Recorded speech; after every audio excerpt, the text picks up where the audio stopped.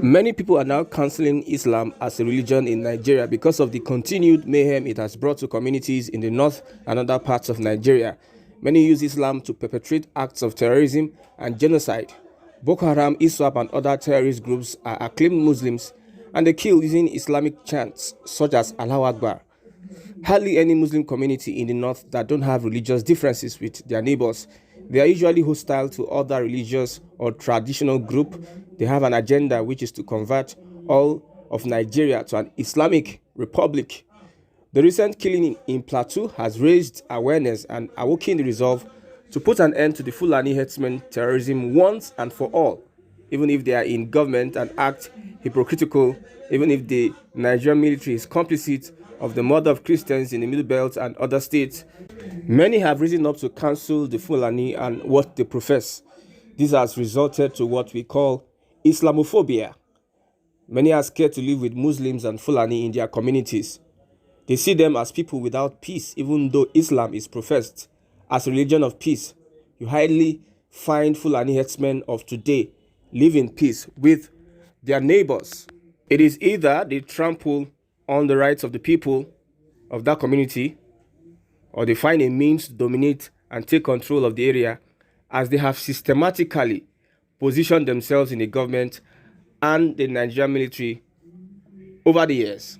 Somebody says Boko Haram, ISWAP, Fulani herdsmen are all Islamic groups. Why shouldn't people be scared? In the past couple of years, over 70,000 Christians have been killed in Nigeria, over 18,000 churches burned down, over 2 million Christians were displaced by these Islamic attacks. Why shouldn't people be scared? A Muslim politician publicly agreed to death penalty for blasphemy against their prophet Muhammad. Why shouldn't people be scared? Over 70,000 Christians died. Not one person was arrested and convicted. In fact, Boko Haram terrorists were instated into the society. Why shouldn't people be scared? What the hell is Islamophobia? Imagine manipulating someone for being afraid of lions because they kill. It is a rational fear backed by empirical evidence. When Israel invaded Gaza and attacked Hamas, many Nigerians, especially from the north, activists and politicians alike, they tweeted against and condemned the action of Israel. But when it has to do with the attacks, the killings in the north, especially the Middle Belt, Benue, Kogi, Plateau, and other states, Kaduna, Southern Kaduna, these guys will just keep mum. They will suddenly lose their voice. There won't be any tweets, any comments on the attacks. But when it is an attack on the Muslim community, you see these guys coming out to say it's unfair. We are not expecting that. When the military mistakenly bombed some worshippers that were celebrating the birthday of Prophet Muhammad, they came out in their droves and they started condemning the military, saying all the things they could say. Some of the bigots among them said that the commander that led the troop to that attack was an Igbo person. So there's a reason for that they had intentions to annihilate Christians. Now Fulani killing over 200 persons unarmed without any provocation, any known provocation. None of them made a tweet condemning the action. Even when Shetima visited the village, Shetima did not condemn the action of the Fulani terrorists. So why won't people be scared? Why won't people say that the government is part of the problem? Why won't people say that there's an agenda by the Fulani people? Because looking at it, most Fulanis from the north have ruled Nigeria, and they are not the most populated or the most populated tribe in Nigeria. Let's say they are like the fifth most populated. They are not up to 30, 40, 50 million. And they are holding a country ransom of over 250 million. You can see the hypocrisy that is being identified from the lifestyle, the actions, the wordings of their politicians. What happened to Deborah? A presidential candidate, Atiku, deleted his tweet because they are all alike. They are just the same breed. They have a common goal to Islamize Nigeria. Looking at the constitution, you see provisions for Sharia. There are no provisions for other religion. Looking at another notes, using Arabic, and they are the ones that influence all these things. It is an attack perpetrated on the Nigerian people, on the sanctity, the unity of Nigeria.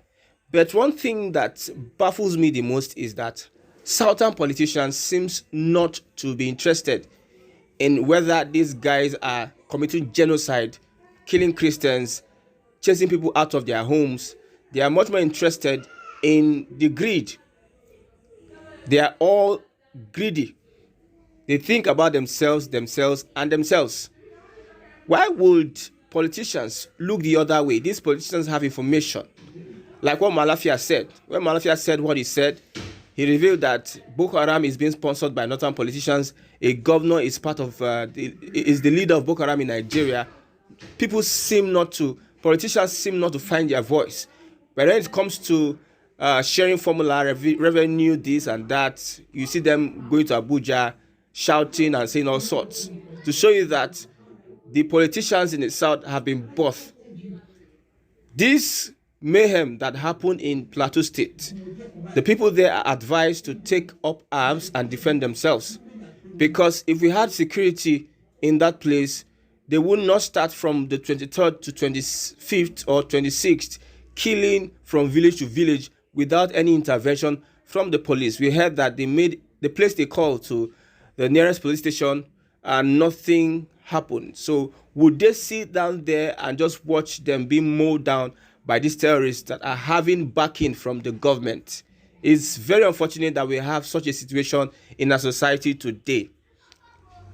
Irresponsible leaders that are not for the welfare of the people, leaders that are just greedy, they are looking for what they can just grab and go away.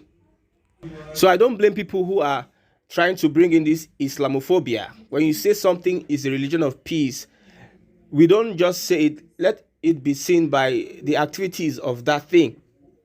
But it seems like people are afraid to stay with Fulanis, northern Muslims, because they know that at the end of the day, unprovoked, they might just wake up one morning and want to carry out a jihad on the people of that place. How they conquer the Hausa. And when these people are tweeting on social media, on Twitter, they say Hausa Fulani. No, the Hausa is different from Fulani.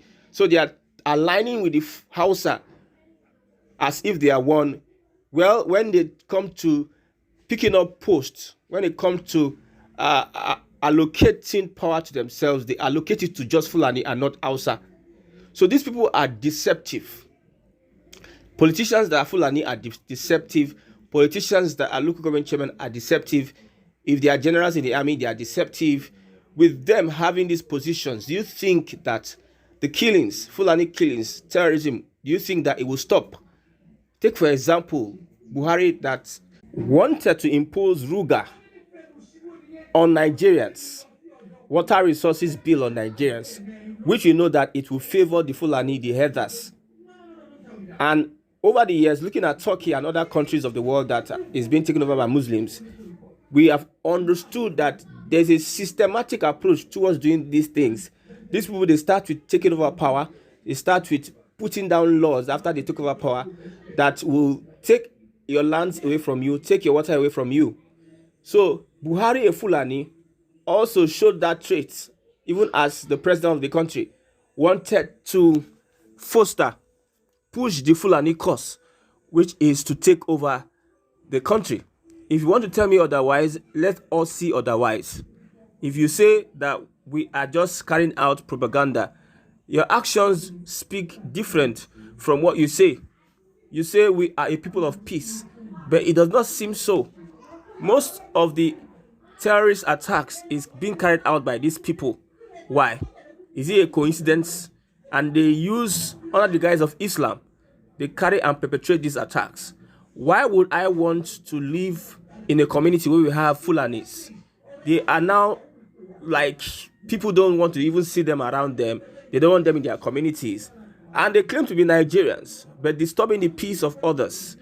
Why would somebody want to live in peace when he finds out that a terrorist group that has caused mayhem, that has killed over 70,000 Christians, these people are living in his community? And you don't engage them in constructive debates and arguments to know the reasons why they are doing this. It is all a plot. Look at what happened in Kwara State. How Afonja sold out. And now these people have banned some of the Yoruba practices, religious practices in that state.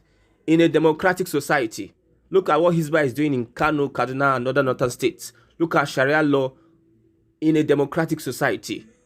And it's so bad that if you, in a way, criticize a certain person, a prophet in the religion, you are going to they are not going to go by the law. They are going to take law into their hands, and nobody's going to do anything about that. Look at our police stations filled with Fulanis, filled with Northerners.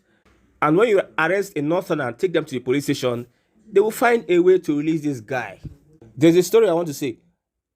An Hausa boy, I don't know whether it's Hausa or Fulani, but pretty much Hausa, they gave him a bike to use and remit money.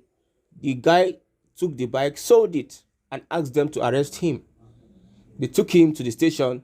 They advised the man that had the bike that he should just leave these people. They are problematic. Would that happen with a Southerner?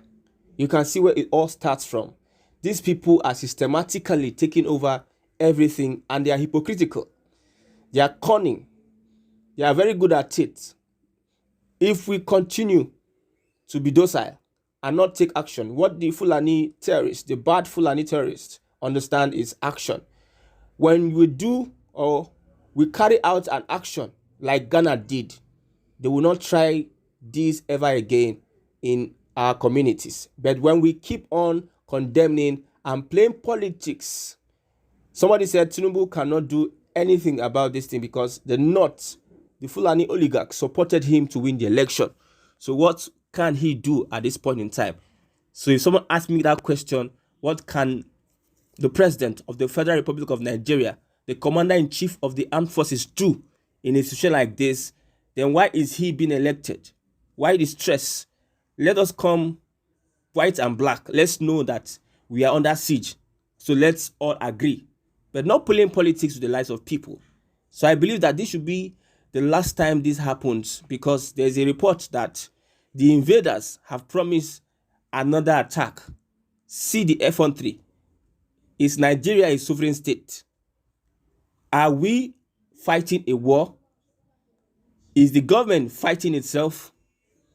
Can't we put an end to this menace when we know the root cause of the problem? Somebody said, even these terrorists are being even integrated into the society, integrated into the police, army. A terrorist, you call them repentant terrorists, Boko Haram or whatever you call it, you integrate them into your military force, and you think that we will not have some of these killings. These terrorists that were once terrorists, you think that they will not support a brother terrorist that is not in the army, that is a headsman or that is a killer headsman. You think that they will not provide cover for them to cause more mayhem? My brother, when we are serious, when we are ready to deal with the issue of terrorism, then we will all come out and make sure we flush these people out of every position they are holding. Because an average Fulani man is an unrepentant person. They hold grudges for a very long time. They don't forgive. They would come for a reprisal attack in 100 years to come. They are cunning. They are hypocrites. They can take over power cunningly, and you don't know. They can perpetrate attacks on people and have the backing of their brothers in power. So what we need to do now is we should identify these people and launch a campaign, a revolution against Fulani terrorists, Fulani killers in the country.